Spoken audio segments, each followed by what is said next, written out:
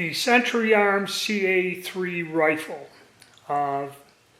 You'll find that designation on a lot of guns, and there's a lot of variations. This one was a new one for 2024, and they were assembled from the Portuguese Army G3. You know, they've made them under license in Portugal. G3 rifle parts kits. So let's take a look. So these are a little bit different. These are more closer to a G91 than some of the other makes they have. And there we have it. You get the rifle, you get one H&K mag or HK mag. There's a chamber flag, which that's kind of important. The manual, NRA thing, and a lock. Now, the manual, you go through this thing and it shows you how to disassemble the gun and care for it and all that other fun stuff. It covers a lot of things, but the important thing I was looking for is the warranty, and that's written on the back. There isn't a warranty card. You have to save your receipt, which Atlantic Firearms does include it. I have it. I have the receipt that shows the gun, the purchase date, everything else. I guess if something's wrong, I have to contact them, probably email them a copy of that sales receipt, proving that it limited parts replacement, 1 year from the date of purchase. But there's no card, there's nothing. I went to the website, nothing to put it online, but there is a 1 year limited warranty, and you read through there and it explains it all. I guess firing corrosive ammo or modifying the gun in any way, shape, or form voids the warranty, so bear that in mind. Alright, I'll get it out of the box and we'll kind of take a closer look at it. Alright, like I said, this is a parts kit build, okay, and they're the Portuguese G3 rifles, and you get the parts kit as is, kind of a battlefield pickup look. And they said at the SHOT Show that it would be under $1,000, which I think the sticker on this one is 9.5C.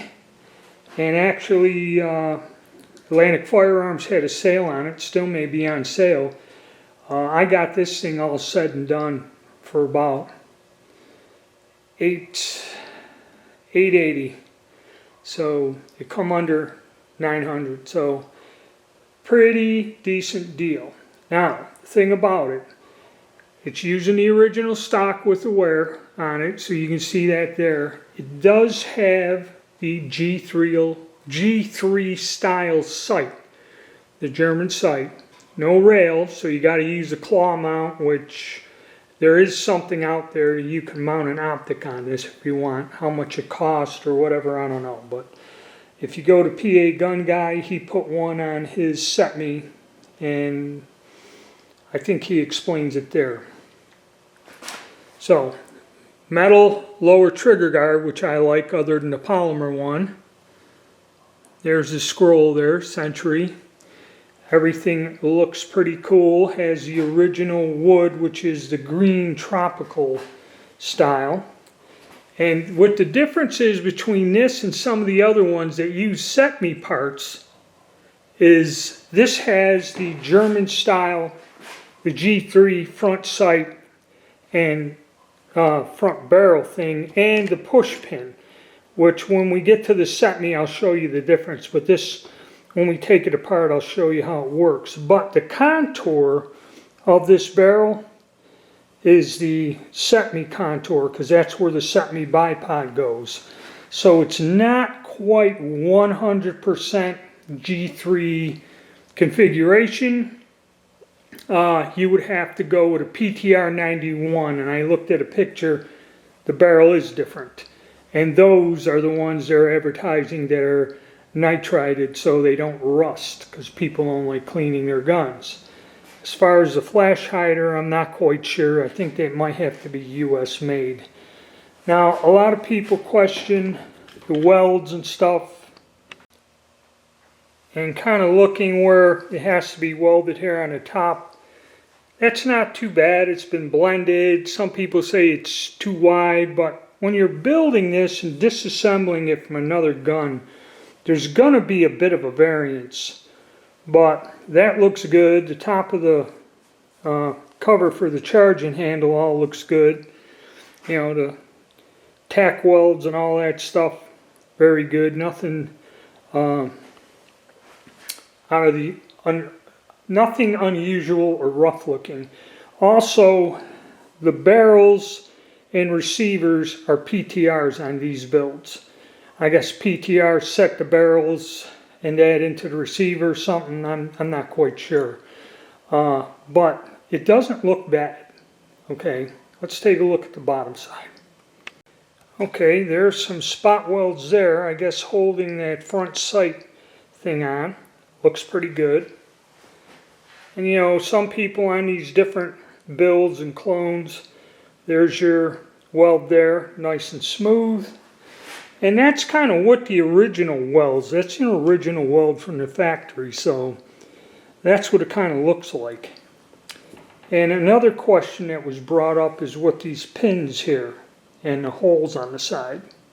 Alright, when looking at a CA3 build and the one that I have on my CA3, you'll notice it, but here you see these holes line up and there's the barrel pin. When the barrel is pressed into the trunnion and set to the correct headspace, they drill it and then they run a hardened pin in there, and that's what holds the barrel in place. It should be a 1/1000 press fit. So these receivers are actually G3 receivers, but CA3s, when you find them, this location will be off a little, which means to say that, yeah, even though they're quite identical, they're not exactly the same. And the reason is this hole is already put in the flat. Okay, you don't add this hole. This hole is in the flat. So it is a H&K 91 flat. So obviously the CA3 blocks in that are a hair off, and this won't line up kind of on a CA3 build. Alright, so that was something somebody brought up, or actually PA Gun Guy brought up. And that's what the issue is. When you see them build kits, these flats are, you know, already, that hole is already in there in the flat. But some of these guns, they show with a lot of wear on the furniture. Mine isn't that bad. Actually, it looks pretty nice. There's wear on the high spots of the metal, but the furniture is in pretty good shape. And it all matches the green plastic, which is the standard issue. And like I said, we'll take a look at the sight. This is the actual German style G3 sight. Now that's kind of what I wanted, this drum sight. I've seen some of these, they look like a G3, but they retain the CA3 folding leaf sight, which is a different thing. Okay, and you can see this is fairly worn. And you have your selector switch here with safe E and F. Even though it's still there, it doesn't fire full auto, but on either one of them the gun will fire. And this also has a paddle mag, this one, so that's pretty neat. Okay, paddle mag release, and it does have the regular button release. There it is there on the side. So for usually when you get them on the PTR 91s and CA3 models, if you want the gun with the paddle release, that model usually costs a little extra. Okay, and unlike the actual G91, it had the triangular handguard that you can put a bipod on. This doesn't, this model. There's your charging handle, sling loop, and like I said, this here is for the CA3 bipod. The HK would just have a straight shank at this part, so that contour barrel is not G3 style. To get it 100% correct, you'd have to go with a PTR 91. I've looked at them, and the barrel contour is different. So other than that, it's about as close, you know, other than getting a PTR 91, that's about as close to getting H&K G91 that I think you're going to get. I think the gun looks pretty cool. I like it. Mine, I went and got old wooden handguards and had this narrow handguard and a wooden buttstock, and I retained the polymer ones or whatever, composite ones, the black ones that came with it. But I like the looks of it. It looks good.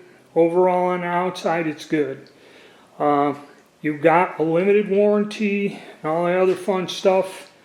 So now what we're going to do is I'm going to disassemble this, and we're going to take a look at what's going on inside and how it comes apart.